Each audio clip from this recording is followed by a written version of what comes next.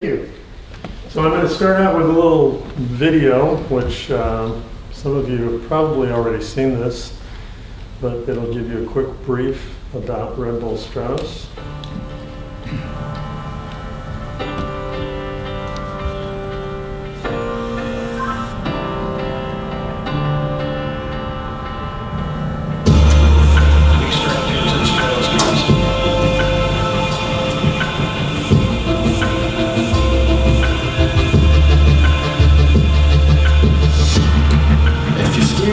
Cause there's no need to feel ashamed.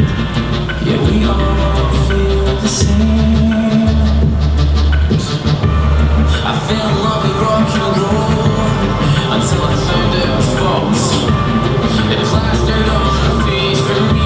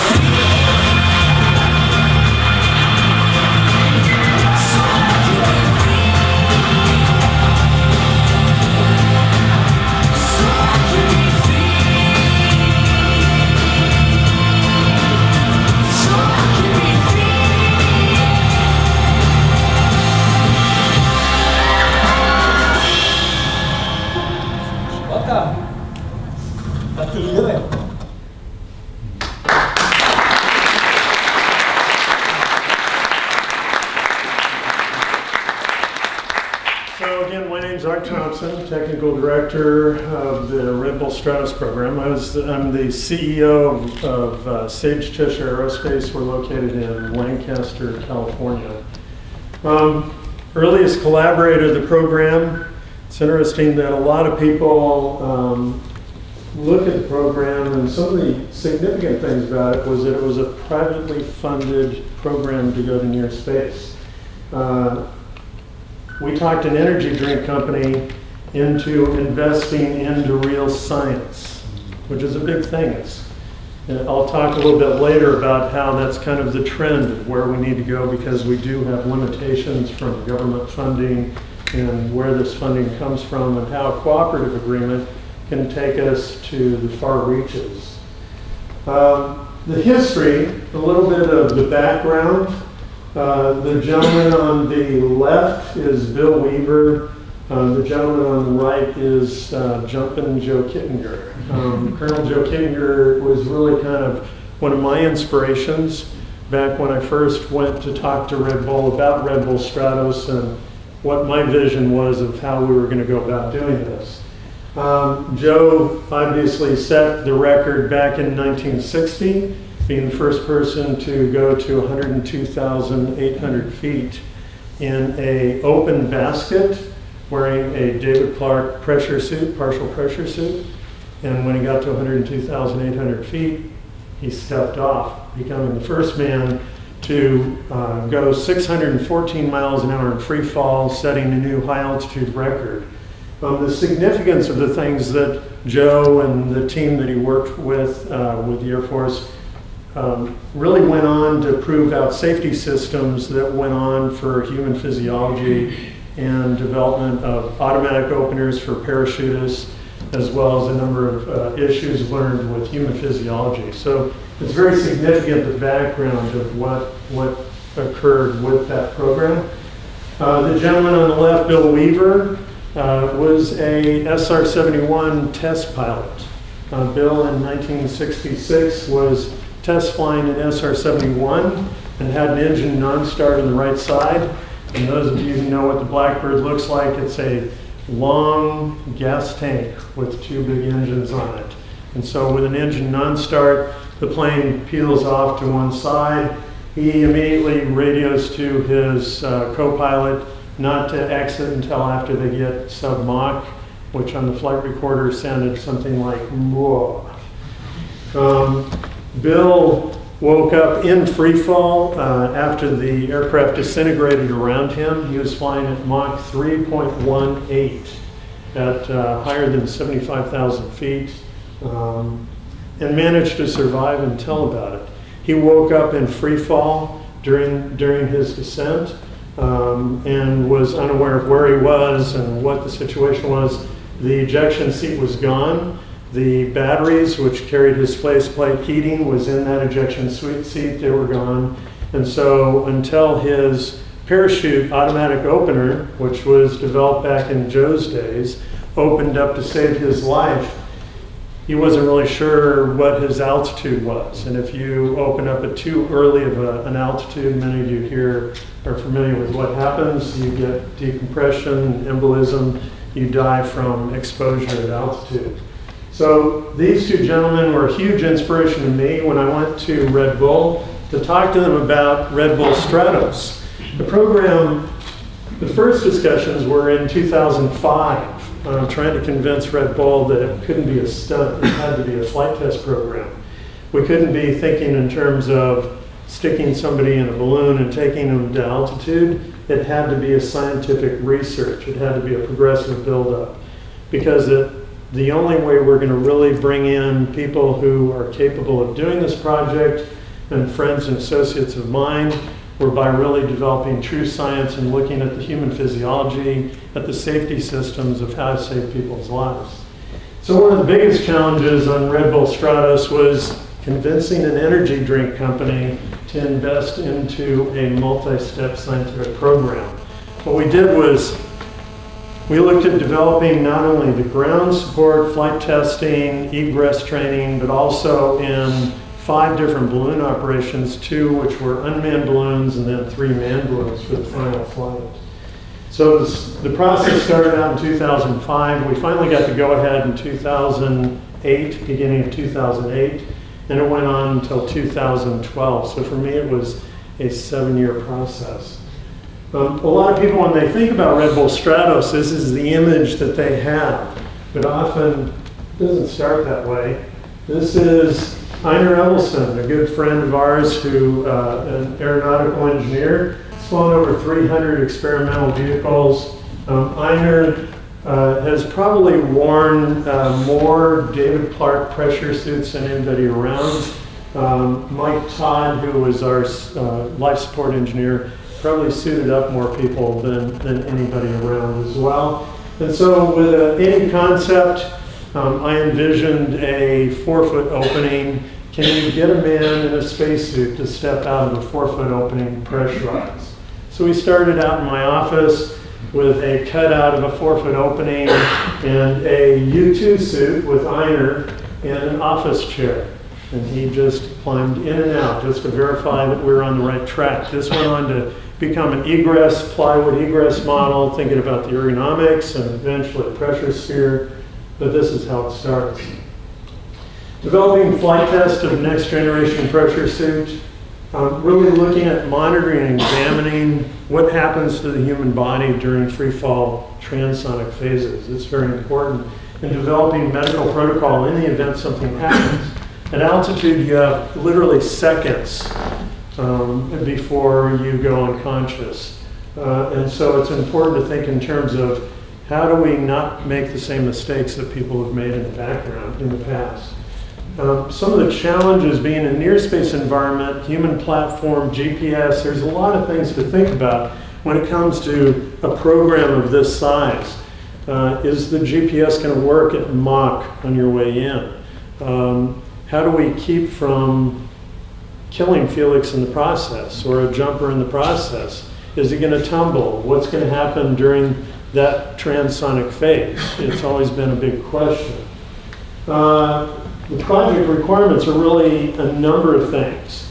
We needed a higher mobility pressure suit, so we contacted the David Clark Company, who again had to convince them that we were talking about serious science, that we were really sincere about trying to develop methods of saving people's lives in human physiology, looking at how do we address the issues with future private space programs.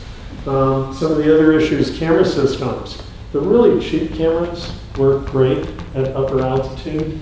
I'll tell you that a GoPro at 200,000 feet, which we've tested in altitude chambers, work great. But the really high definition 4K cameras, they don't like being up there. So now the challenge is building pressure housings and cooling systems, and all of that equates to weight, which limits your altitude. Chest pack monitoring. We developed a chest pack system that went on Felix that helped to contain all the different systems that were required for tracking, monitoring, and helping save Felix's life at altitude. Recovery systems with parachutes, with capsule systems, with personal egress. The capsule had to be a pressurized system. That was one of my requirements. It had to be his first line of defense. The pressure suit is really, I guess the pressure suit would be his first line of defense. The capsule is his second line of defense, but not necessarily in that order. We have to have redundant systems. I'm big on redundancy, and when you look at the safety systems we had in place, you'll see that through the process. Dual communications. We wanted to talk with Felix along the way. That created a lot of challenges as well. Electronics had operated in a hostile environment, which I'll get into, and then absorption of the impact from the crush pad, as well as from the parachute loading deployment. Early on, we did fluid dynamics modeling of Felix. This was really important to try and get an understanding of what was going to happen to him free fall in transonic phases. Back in 2005, 2007, some of this modeling was very time consuming. It would take weeks to be able to do. We can actually do some of the same CFD analysis now in a matter of minutes, which is really a big plus. The David Clark Company, I really owe a lot to them for the success of this program. For me, when I look at Bill Weaver surviving Mach 3.18 out of an aircraft that's disintegrating around him, and when I talk with Bill and he says, well, I did get a couple bruises. It really gives you a lot of confidence that that's, the suit we need. That's what we needed. So I set off to talk to Jack Bassick, who's here in the audience, and I really owe a huge amount of respect for Jack and thanks for him for listening to me and let me come back and consistently pester him about our science project. And he would send me off thinking I was another one of the crazies that he had talked to over the last 40-some years. I think he realized that we were sincere about our endeavor to be a scientific program. The pressure suit modification that we finally ended up doing, a pressure suit, the S-1034, which is used for crew escape suits for the space shuttle. It's also the same suit that's used for U-2 and ER-2 aircraft, high altitude reconnaissance airplanes, is in a seated position. You're in a flight position when it inflates. And so our first thing is, Felix can't fall in this position, so we want to do a delta position. So we rotated hip sockets, we rotated the arm sockets, we tailored down the suit a little bit more so it was higher mobility, higher flexibility. That was an important part. We also modified the sun visor between the two by adding a felt boundary layer so that it would actually capture that boundary air, which adds to faceplate heating. One of the first things that happens if you're ejecting out of a high altitude aircraft, your sun visor goes away immediately. By retaining that visor, we're able to retain that layer of warm air between the two and actually make the faceplate a little bit more effective. The suit also had 3 GPS systems mounted to the back of the helmet, as well as mirrors on the gloves. It's important to know what's going on with it. We had camera pockets mounted to the legs, so we had 2 cameras facing up, 2 cameras facing down, as well as boot heaters integrated into the boots for cooling, for heating him during the cool zone of the fall. Felix, when he jumped, he went through minus 95 degrees Fahrenheit, which is colder than dry ice. We actually did also make heated gloves, but Felix didn't like the way they made his fingers look fat. So. Capsule development. Throughout this whole process, we're fast-tracking the whole process. We're doing things on multiple paths. And so we're looking at the general design. It had to be a modular weight and balance, ergonomics of the capsule, where everything lays out. So we made it in components. We did the pressure sphere, which was separate from the base, separate from the upper section. And with all these components, the idea is to have a backup redundant set so that we could switch these out in the event we had any issues with any of them. We built 2 of every component. We built 2 pressure spheres, 2 base plates. It had a load frame, basically, that the pressure sphere sits into, that is the egg in the basket.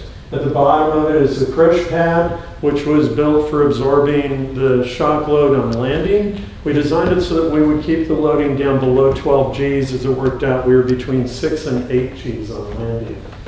The battery circuits were also separate from the payload because there was a very large camera system on board. So we had 2 separate sets of space-rated batteries, lithium ion.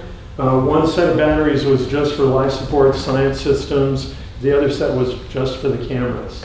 After a 5-hour flight, we found that the camera system still had about 20% battery reserve. The science side, we had about 40%, going back to that redundancy. Pressurized sphere, it operated at 8 psi or 16,000 foot equivalent. Felix flew his entire flight in a fairly comfortable manner, as opposed to Joe, which was exposed in an open basket for 2.5 hours to the elements. Felix was riding at a 16,000 foot atmosphere, 8 psi, and until he decompressed the capsule at the very end, so his exposure was, for DCS, was actually about 10 minutes total time. Hingeless door, which I designed and patented. When you're up at altitude, that door has about 10,000 pounds of pressure pushing against it. And the one thing you really don't need is extra weight in the hinge. And so my concept was a hingeless door mechanism that pressurizes in place, and when you decompress the capsule, you can literally with one finger roll it off to the side, a 4-foot opening.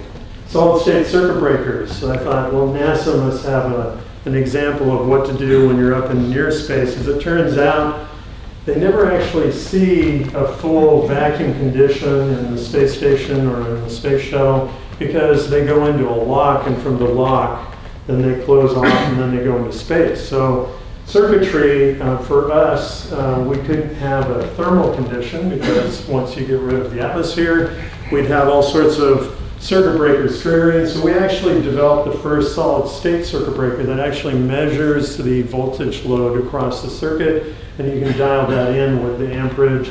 You can also set these on and off from mission control or from the capsule. Only one problem, I was too involved with this thing called Red Bull Stratos to think about patenting that system. Passive cooling system. We had a glycol loop running through for the electronics that was up above, and redundant life support. So there's the two green doors is your liquid oxygen. We actually had, even though it's a 2.5-hour flight, we had 10 hours of liquid oxygen on board, as well as a 30-minute emergency bottle and 20 minutes of bailout bottle. We told Felix he had 15 because I didn't want him to waste any time. And all of these systems are redundant. If one of the bailout bottles went bad, it would be overridden by the other bottle. The house system, basically on the capsule, had a higher pressure so that when you disconnect from the house system, it automatically turns out on the bailout system. So it's a very redundant system. CO2 scrubbers, we had LN2, we had a 25-liter dewar of LN2 liquid nitrogen for cooling and atmospheric conditions because we wanted to keep the oxygen levels below 25%, 28 max in flight at altitude. We don't want to have a fire condition. The other thing about it, which I'll get into, is this helps keep Felix occupied. Again, separation of payload for battery systems. Everything in the capsule went through our altitude chambers at Sage, Cheshire. We built our own small altitude chamber, and we would run all of our electronics, all of our camera systems, anything that went in the capsule, we ran through our altitude chamber at the equivalent of 220,000 foot and down to minus 110 degrees Fahrenheit. We wanted to make sure that everything would function to verify all systems. The electronics for the camera systems were located in the upper pod, up above the capsule itself. We had what's called the keg. So the keg housed the electronics. This is 19 high-definition cameras, battery management systems, and our solid-state circuit breakers again. It operated at 80 amps for over 5 hours. So for those of you who remember the old Star Trek TV series in the United States, there's a thing called Nomad, and Nomad was this little satellite that would float around and would send out bolts of lightning and kill people. We nicknamed this Nomad for obvious reasons, because if anybody grabbed a hold of it, they wouldn't last long. Inside the capsule, we have off to your right 87 switches. Those are all the solid-state circuit breakers. The upper right part of that panel is just for the camera system. The lower left is just for the science life support systems. Each one of these can be triggered. They're in an alphanumeric pattern so that Felix would go through blind testing. We would say, Felix, F7. And he could feel, without looking, he could tell where F7 was, and we'd have him tell us what that switch was, what this function was. So he had the ability to adjust or change. We also had the 2 regulators to the oxygen, as well as the regulator for the nitrogen, which you can't see behind the pod. In the upper section here, there's a little clip of the emergency balloon panel, which is for emergency cutaway, for emergency ballasting. That's the don't touch it unless you really need to panel.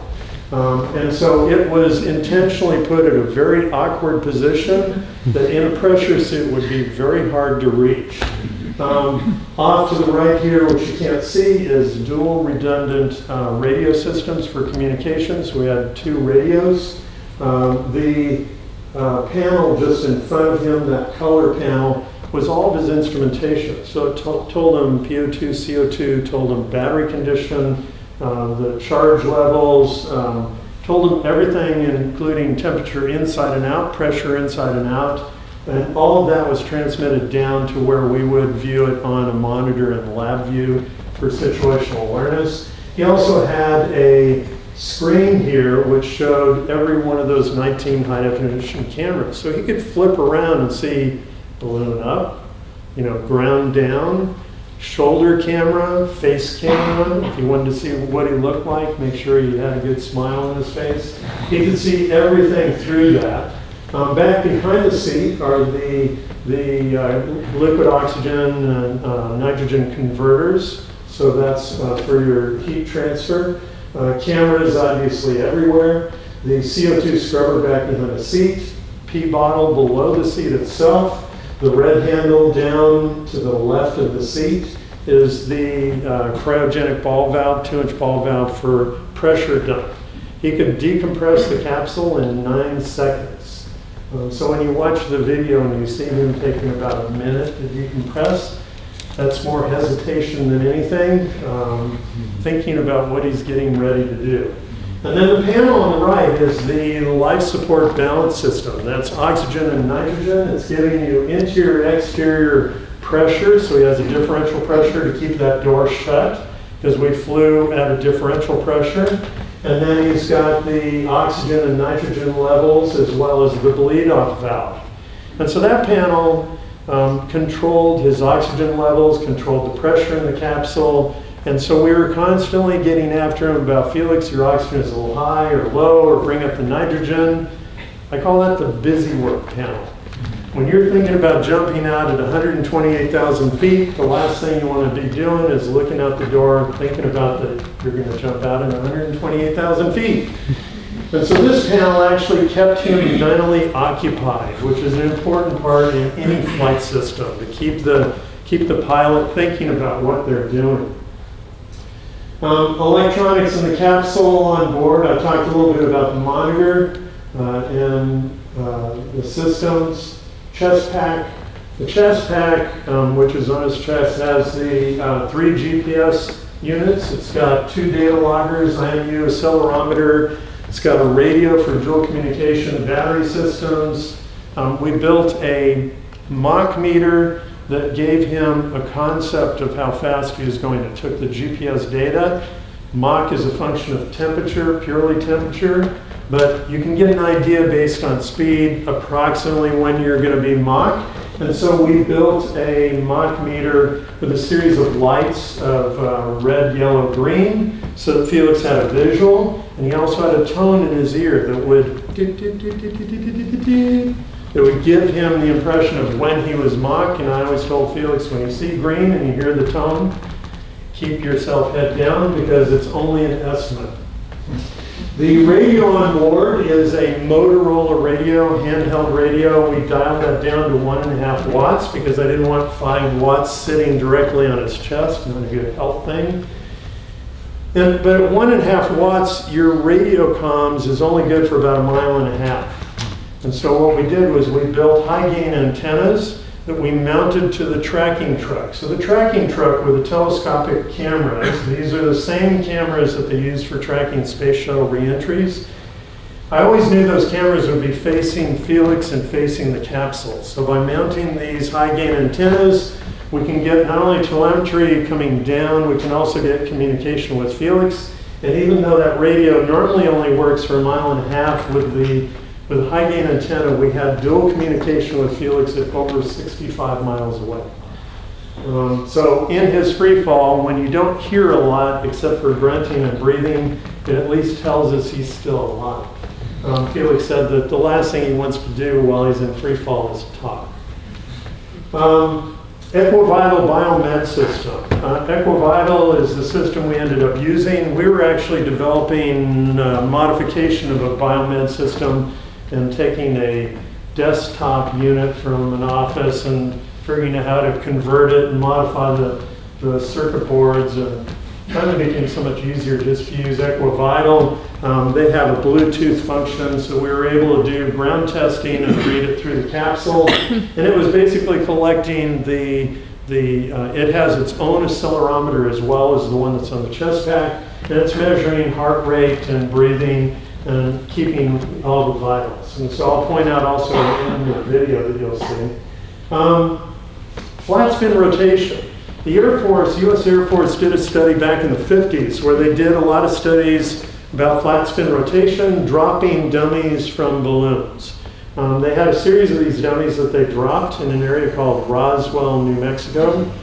And thus taking us to the story about Roswell, New Mexico. They would drop dummies from 100,000 feet all the way down to like 30,000 feet. And so the Air Force study is really, the one published goes from 100-some thousand feet down to 60,000 feet. And you see all these high rates of spin. What was interesting was when we looked at the full report done in the 50s, all the way down to 30,000 feet, the highest rate of spin on those dummies was actually at 30,000 feet. So what we learned from those studies is that dummies spin. Okay, so flat spin is definitely a concern, but whether you can control it, that's the other issue. Or how do you stop it? So that was one of the challenges with Red Bull Stratos, is trying to figure out how to stop it. This chart shows a number of studies of people going into flat spin, and they've determined that for about 3.5 Gs for extended length of time, you end up with red out, where you'll get bleeding in the eyes and you'll get embolism, pressure into your system. Felix is actually that red dot in the convergence, and it's a little bit misleading because he actually was at about 2.5 Gs, under 3 Gs on his spin. And during his spin rotation, he spun about 57 to 60 RPM, which sounds like a fairly good amount. But Luke Akins, who was my test jumper that I had working and developing on a lot of our drogue systems, I actually had him force himself into an asymmetrical position, jumping out of an airplane to intentionally trigger the G-Whiz, which is our drogue release mechanism. And Luke got up to 90 RPM in free fall before he was able to trigger that system. And we had determined that 3.5 Gs for 6 seconds, you're still able to pull your arms in. Luke did this crazy thing on a turntable, and he was so proud of himself spinning around on this turntable, and he sent me this video of him thinking that, look at what I did, it's so great. And I immediately got after him. He said he felt like he had been called into the principal's office and scolded, because I was like, Luke, don't kill yourself. You know, what are you thinking? Because you can pull your hands in at 3.5 Gs, but at 6 seconds, you really want it to stop. It's very uncomfortable. So Luke, he actually spun 90 RPM for a period of 3.5 seconds, you know, before it triggered this system. And Joe Kittinger, who you really have to hand it to as a true hero, Joe, when he jumped on one of his jumps, he was 120 RPM. Joe did have some bleeding, some hemorrhaging in his ocular hemorrhaging from his jump as well. So when you look at what he went through, it's a pretty amazing thing. Here's the difference. You know, you look at Joe with this seat pack. This is how our pilots fly. You know, we've got these huge seat packs, and you know, everybody says, well, but you know, that's the way all the systems are designed. You know, with these seat packs. And that's how they're going to jump out, because that's their kit. But if you look at where the center of rotation is, on Felix's, we intentionally wanted to put this, whoops, no, that wasn't good. Sorry. We wanted to put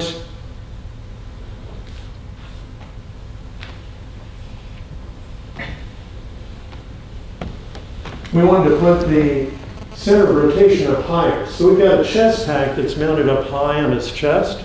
That moves that center of rotation up. Because now if you're in that flat spin, if your head center, feet out, and you have a black out, or feet center, head out, and you have a red out, by moving that center of rotation closer to the head, you're going to lower the incidence for that pilot. And so that was critical, to move all that weight up as high as we could, bring that weight up to move that center of rotation. And so Felix is very top heavy. And Joe, it's pretty obvious where the weight is. I mean, he's got quite a bit of weight down at his seat pack. And so when Joe fell, you'll see on one of his jumps, you see he's pretty much falling in a seated position, because that's the suit itself, and also all that extra weight. But you really, I mean, you look at Joe with the duct tape and the suit, and I mean, it's amazing what he was subjecting himself to. So the flight test program we put together, again, the cameras, these are the pods you can see in the upper overhead area. Part of the things was, you look at in the past, in the 60s, 67, I believe it was, with Nick Patania, who wanted to break Joe Kittinger's record. He was a truck driver and recreational parachutist, and he decided he was going to get a pressure suit and get a company to get the balloon. And he had this basket, open basket. Again, it wasn't pressurized. going up to altitude. And Nick, during his pre-breathing sessions, we did our pre-breathing with about an hour and 15 minutes with Felix on the ground before we put him in the capsule and sent him up. And pre-breathing, as many of you know, is a crucial part of getting all the nitrogen and getting the gases out of your system so you don't get the bends. Nick, it was known that Nick did not have a lot of tolerance for pre-breathing and often would stop halfway through pre-breathing to smoke a cigarette. It's kind of like putting a gun to your head. So from this, though, is that when Nick had his issue, nobody's exactly sure, but they suspect what happened was that Nick, because of not going through a proper pre-breathing, started going through some DCS. And DCS, for those of you who are not familiar with it, it feels like putting a box of pop rocks in your mouth. You start to feel the fizzle. And then as the gases start to expand in your system, you'll start feeling it ooze from your eyes, your ears, your mouth, as the gases are all expanding and trying to get out. Quickly you'll be unconscious in less than 14 seconds. Nick, by the time they got him down, he was comatose for about 4 months before they finally shut off the systems. They suspect that what happened was Nick started feeling that because of not doing a good pre-breathe protocol. We always insisted to Felix that once you close that visor, you're not opening it again. If you open, you don't continue on. And so Felix, that was one of the issues that came up, which I'll talk about. But we had to figure out how to get him down quickly. So we decided to use a reefed parachute. So you can see the center shot. In the ground shot, the parachute is in line with the balloon. When the parachute is released from the balloon, when it gets to altitude, that balloon is suspending the parachute, recovery parachute, in the capsule. When we release the parachute, it goes into free fall. We reefed the parachute, even though it's a 100-foot diameter, we reefed it down to a 17-foot diameter. And then that parachute free falls at upwards of close to 500 miles an hour and free fall down to 20,000 feet. The idea is getting them back down to the ground as fast as possible. We turn this around from instead of having something that it's an hour and a half or more getting them back to the ground, we get them down in 20 minutes on the ground. So now you're within range of saving somebody's life if they have some kind of an embolism or something happens at altitude. The other thing that was interesting about it is that instead of a 20, 25 mile diameter area for a drop zone, we actually narrowed that down to a 1 mile zone. So this yellow shows where it would have gone if it was just a 100-foot diameter parachute. The purple area is actually populated. If you have more than 5 people in a zone, you can't drop 3,500 pound objects on top of it. I don't know what that's all about. And the red circle is where we predicted that the capsule would land. And the blue dot, that's where we landed. We landed within 1 mile of our drop zone, which is really important for controlling where your ground crew, your emergency crew, where everybody's going to be. Because now they know where they're going to be. It's very controlled. You get them down fast, you get them down efficiently. David Clark, again, I don't know how to brag enough about this company. David Clark was an amazing part of the process in human physiology. We did a series of jumps. We did chamber tests. This is a cold test, freezer test. This is our walk-in freezer. And Felix wasn't available for most of the testing and development. So we used one of my techs in our facility, Jason Lewis, who I affectionately refer to as the soup monkey. And so Jason was a really good sport because we put him in a freezer. This is Jason in our walk-in freezer. And we have tubs of dry ice on the bottom. And we thought, it's still not quite cold enough. You're only, like sub-zero by, -10 or something like that. And so we unscrewed the light bulb in there, and he sat pressurized in a pressure suit, which is not very comfortable, for 3 hours at a time in a walk-in freezer in the dark, 3 times in a row. And then afterwards, Jason came out and said, Art, just thought I'd let you know I used to be claustrophobic. The operative word being used to. So Jason was really a good sport about it. But it was qualifying all the systems, running through the pressurization, thinking through what is our worst case, what do we need to expect. We did parachute system free falls. We were developing drogue systems, parachutes. We had some issues with one of the parachutes where we were developing cutaway systems. Felix playing to the camera, which he does so well, pulled the wrong handle on one of his jumps and went into a free fall. What he didn't think about is the fact that the week before I put in an automatic opener on his parachute because I didn't want something to happen to Felix. Base jumpers, they're jumping from a building top. They usually don't have time to think about a second chance, and so he would have never used an automatic opener, but for me, I'm not a parachutist and I like having that second opportunity. So we also did egress training because when you're in a near space environment, almost zero atmosphere, you're at less than 2% atmosphere at that altitude. You don't want to influence any kind of spin rotation by the wrong step off. So we practiced step offs with bungee jumps from a 200-foot tall crane, as well as jumping off of scales. So we would measure and say, no, you're leading with the right, you're leading with the left. And so there was a process, and we call that, the scientific jump is called the bunny hop. So the lab view data, that little panel that I talked about in the busy work panel, that translates all this down to PO2, CO2, cabin pressure, interior, exterior, battery conditions. All of this is transmitted down, and this is actually an iPad. And so when we did our testing at Brooks, at Beale, when we did our testing at Mission Control out in Roswell, walking around, if you had to go to the loo, you could take your iPad with you, and you knew exactly what was going on inside of that capsule. Everybody was aware.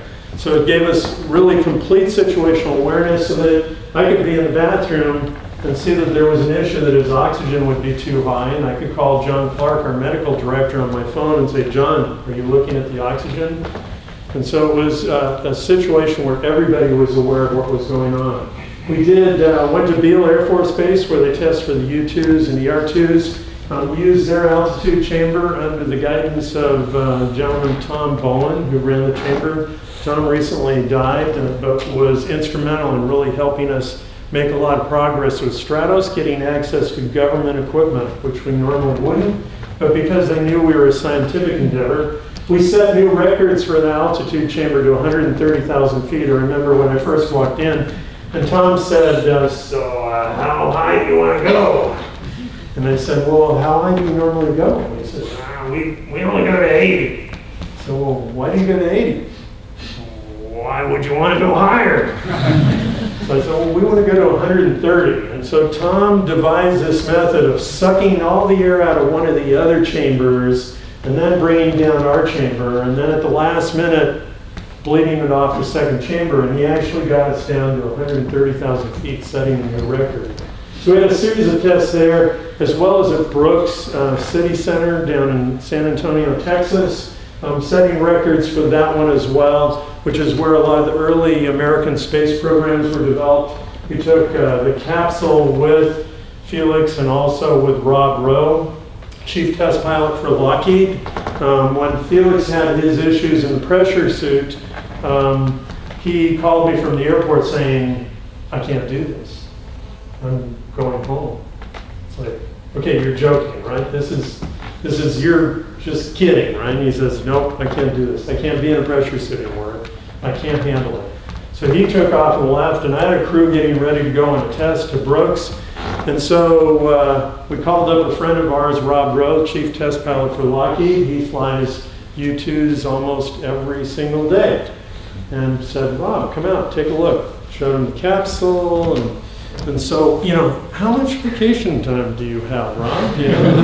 He's like, all right, what's going on here? It's like, well, we're doing a test next week. What do you think about vacation? Actually talked him into going on vacation and sitting in an altitude chamber and testing our capsule, which proved to be a huge success, and it taught Red Bull a lesson about the difference between an operational pilot and a test pilot. It made them realize what true science was about, what the aerospace community is about, what we're here trying to do. So that was critical. We did vertical wind tunnel tests with the suit pressurized and unpressurized, flipping them upside down, all different positions.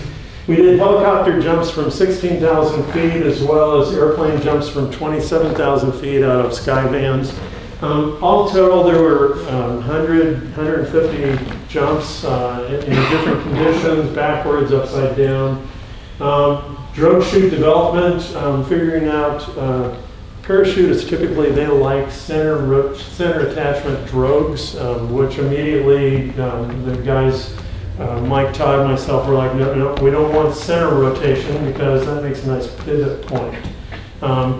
They usually like it because when they're doing tandems, it gives them a way to rotate around and take pictures. Luke was in big disagreement about wanting to have a shoulder high. He said, I wanted to have a shoulder high because by doing asymmetrical, it's going to stop that rotation.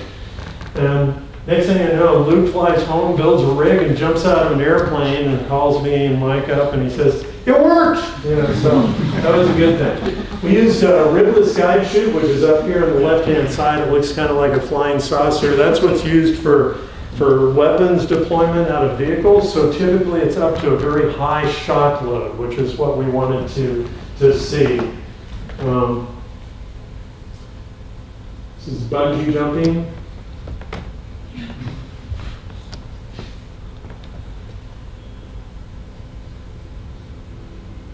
So he's got a little bit of porpoising going on there,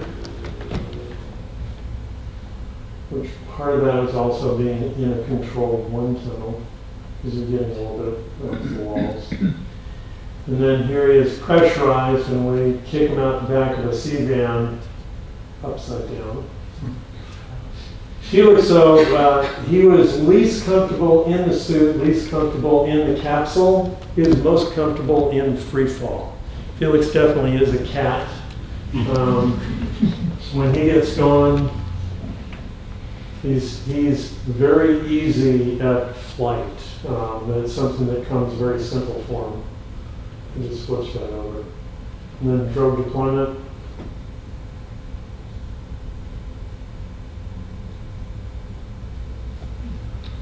So unmanned capsules, we had two unmanned capsules, one from 91,000 feet, one from 109,000 feet. It's important to know that it not only tests all of the equipment on board, it also trains the entire flight crew.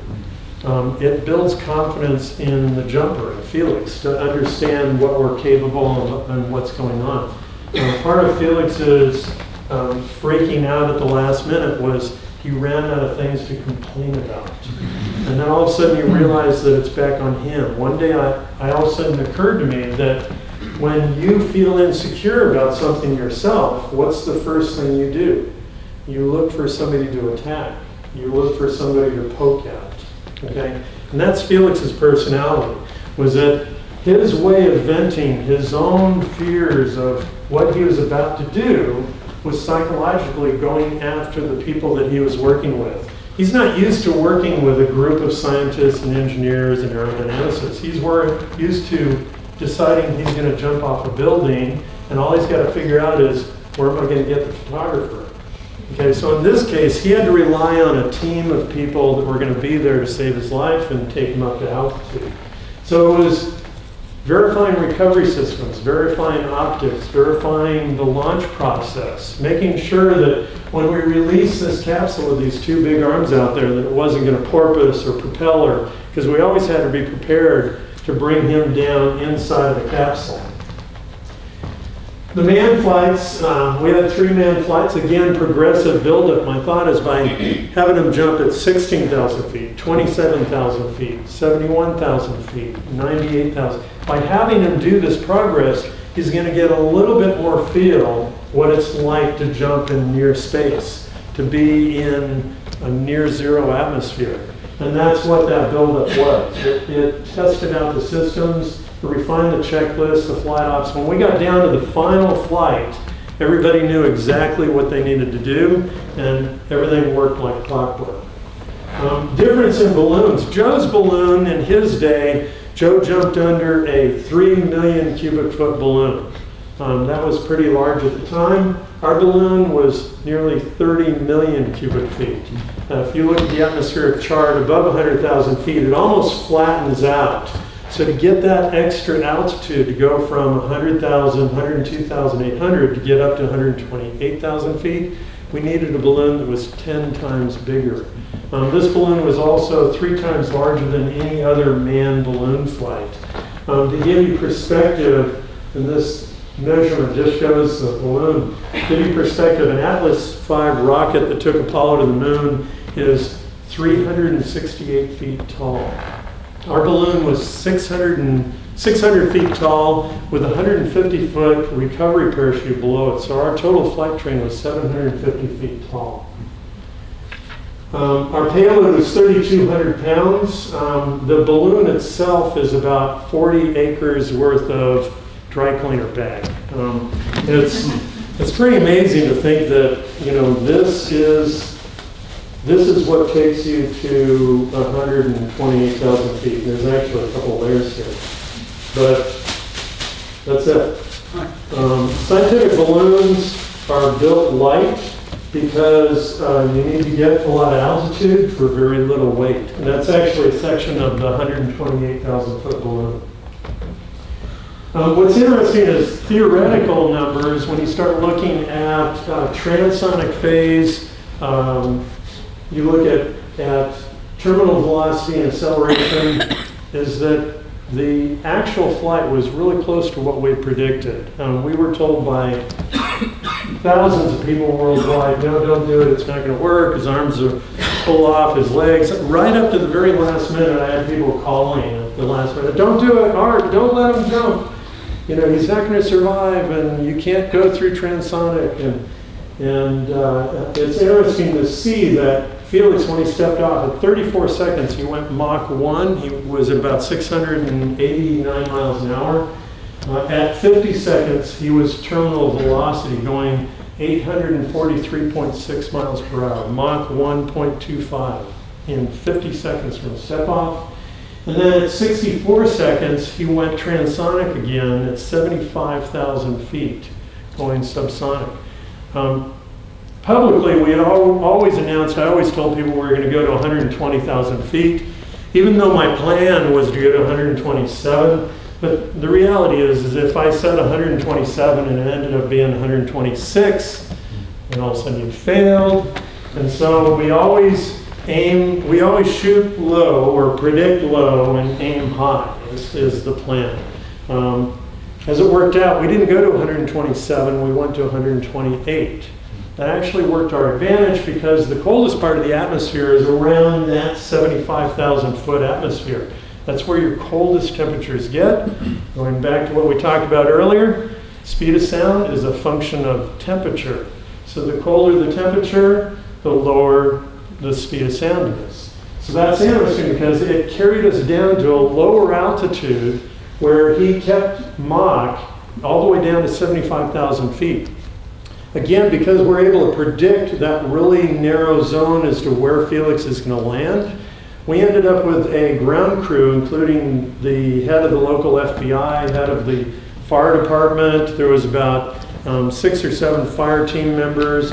We had about 12 or 15 medical team members. We had about 20-something ground crews. So there was 40 or 50 people directly below Felix. And one of the things with a person breaking the speed of sound, the N wave is a very small impact zone.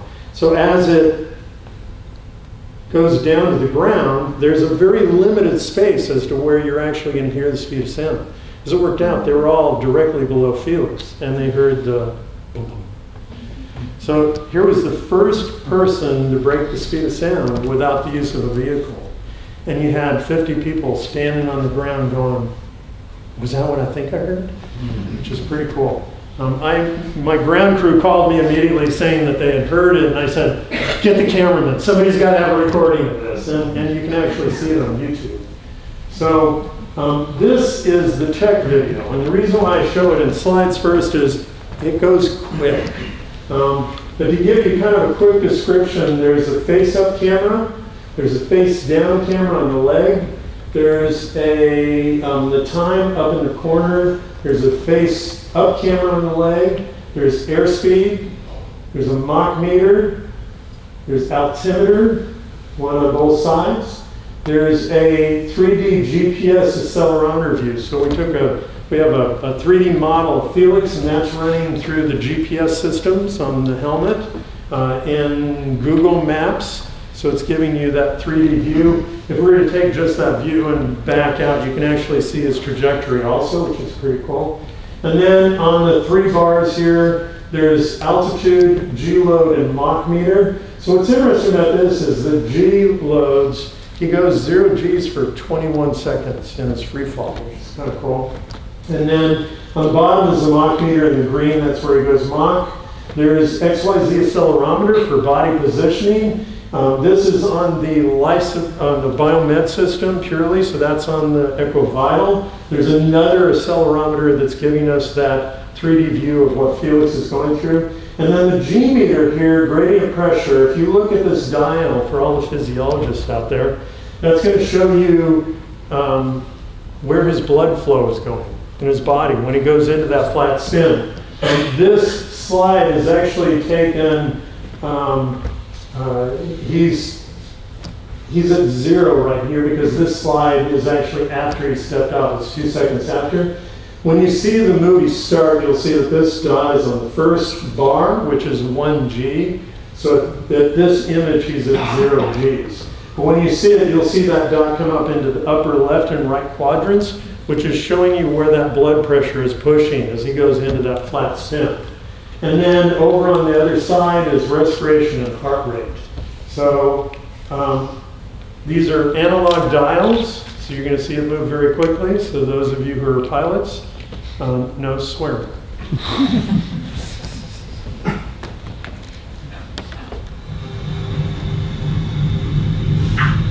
You'll give a little description when he steps off. We'll explain some of it also. So he's disconnecting his oxygen lines. His heart rate is the highest when he steps out onto the ledge, not because of what he's seeing, but because he's got an extra 100 pounds that he's pulling out. He has to use his legs to leverage his way out.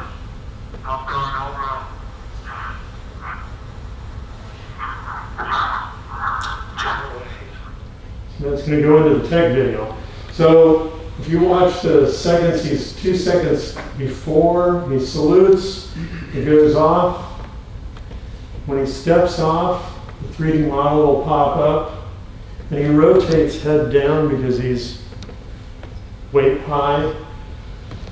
He rotates down, and he's a little bit asymmetrical, okay? He starts to rotate clockwise. He rotates 5 times. That white dot moving away, that's a 380-foot diameter scientific balloon. So figure that's the size of a football field taken off.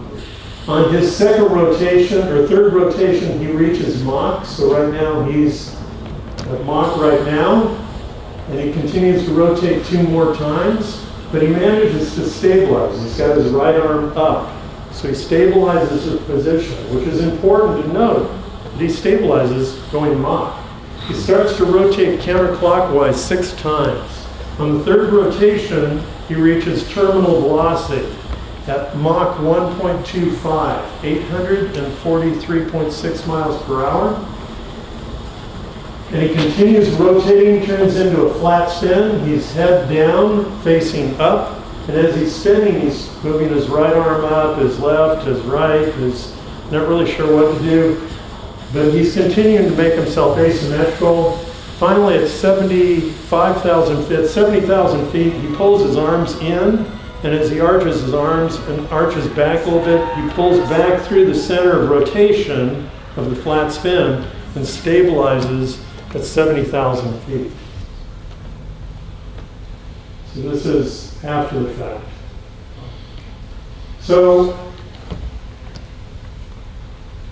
FAI verification, the record stood at 127,852 feet. When you get to altitude, balloons are kind of buoyant, so they go up and down, so you try and time it on the high point. Maximum vertical speed 843.6, vertical distance of free fall 119,431. People ask, well, did Felix intentionally not break Joe's time record? I would love it if that were the case. But I don't think Felix was thinking about hold, no, I gotta pull before the. So the record is really on distance, it's not on time, because when Joe jumped, he had a drogue chute, which was slowing him down during descent. Felix is covering a lot more distance in a lot shorter period of time. It's just kind of a matter of fact. I had predicted that Felix I told him before his jump that he'd probably rotate 14 times. As it turned out, he rotated 16 times. So it was just a lucky dartboard guess based on what I saw on Man Flight 1 and 2.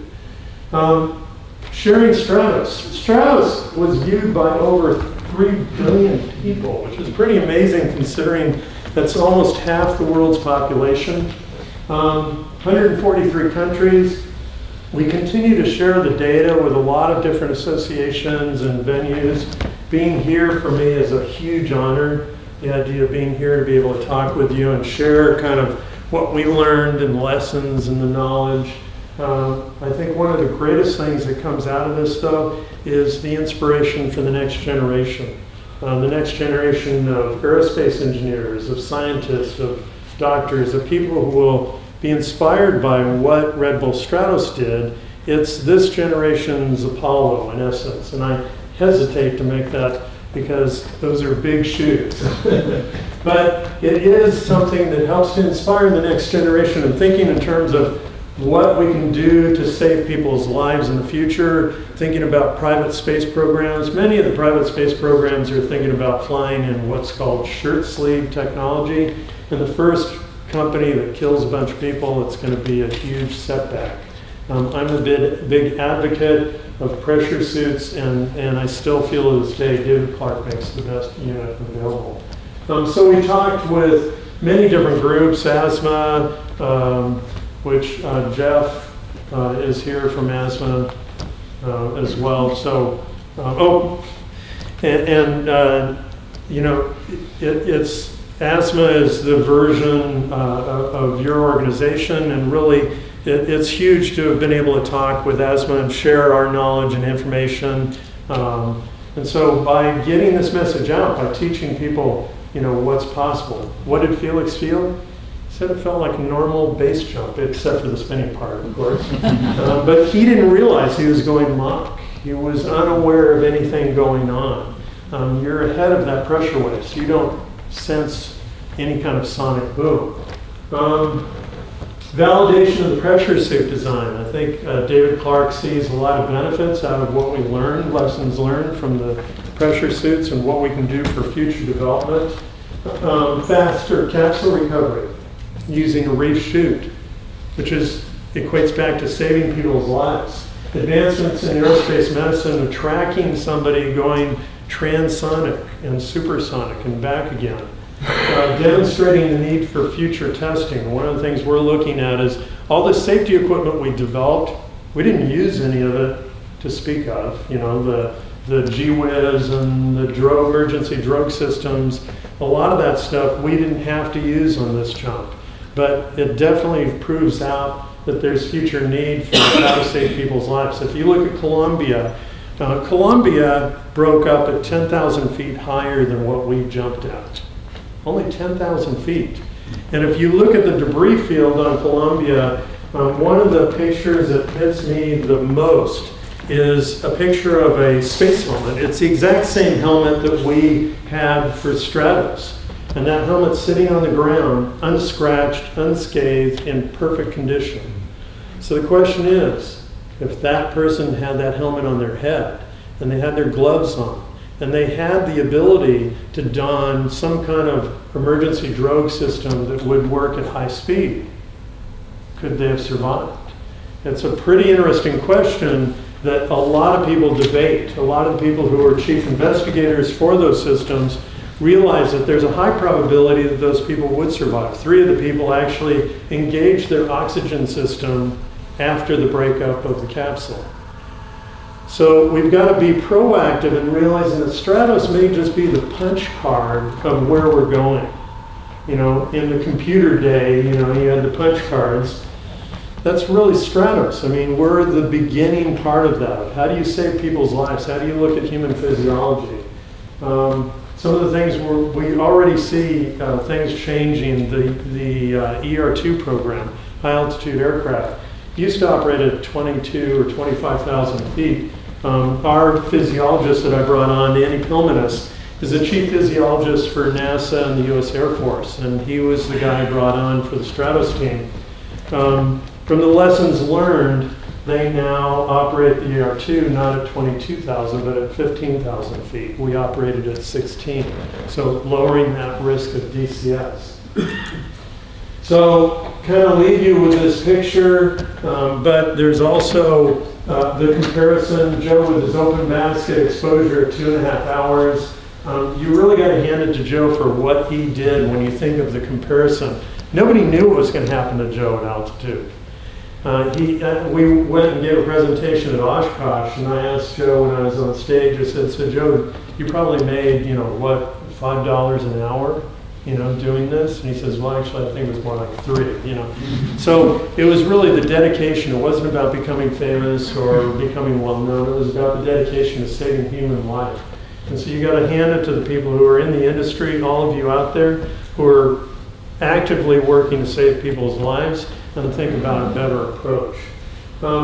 It was a team effort. Cheshire Aerospace, which is our company, Red Bull Media House, who did a great job of marketing and filming the whole thing. David Clark Company for the huge support with the pressure suits that we bought. We're the first private company to buy spacesuits, which I'm kind of proud of, that we actually managed to talk them into a little aerospace company buying spacesuits. ATA Aerospace for our launch operations. They work with the Air Force Research Labs. Flyline Films had the long distance tracking trucks. Riddell Communications did some of the radio communications. Wiley Labs for their chambers. And Velocity, who we had building the parachutes. It's a team effort. Joe Kittinger up on the top there with General Travis, who's the Air Force Surgeon General. They believed in what we were working to try and build up on. They didn't want to have any involvement, but they were passively in the background watching. The team at Wiley, Don White was a huge supporter for us as well, who worked with the Air Force Surgeon General's office. So this is the Brooks team for the chamber, the ATA crew launch group, the Safe Cheshire team on the capsule. John Wells, my mechanical engineer, was also my crew chief, and he was involved in anything that went into the capsule. I picked on John about. Matt Cherney, our flight surgeon, he came all the way from Oregon to support us in New Mexico, which was pretty cool. And Brian Utley, who did all the record keeping.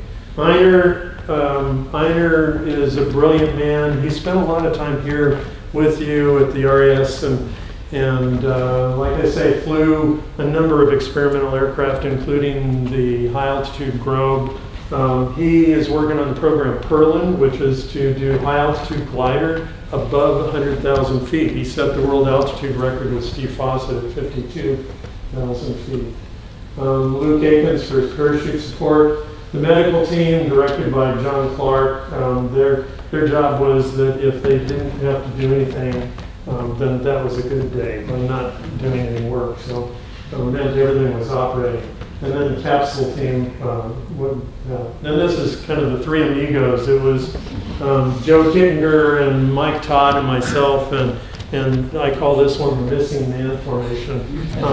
Felix did an amazing job. You got to hand it to Felix for what he did. Not many people could stand out on that step and step off, but it proved that with 2,500 jumps and still going into a flat spin, going back to what Joe learned in 1960, you need a stabilization drogue to really be thinking about it. And there's a lot of people out there looking at doing things like Red Bull Stratos, and my only words of wisdom to pass along is be careful what you go for, because a lot of them aren't very well thought out, and we're not here to endanger people. we're here to figure out how to take us the next step.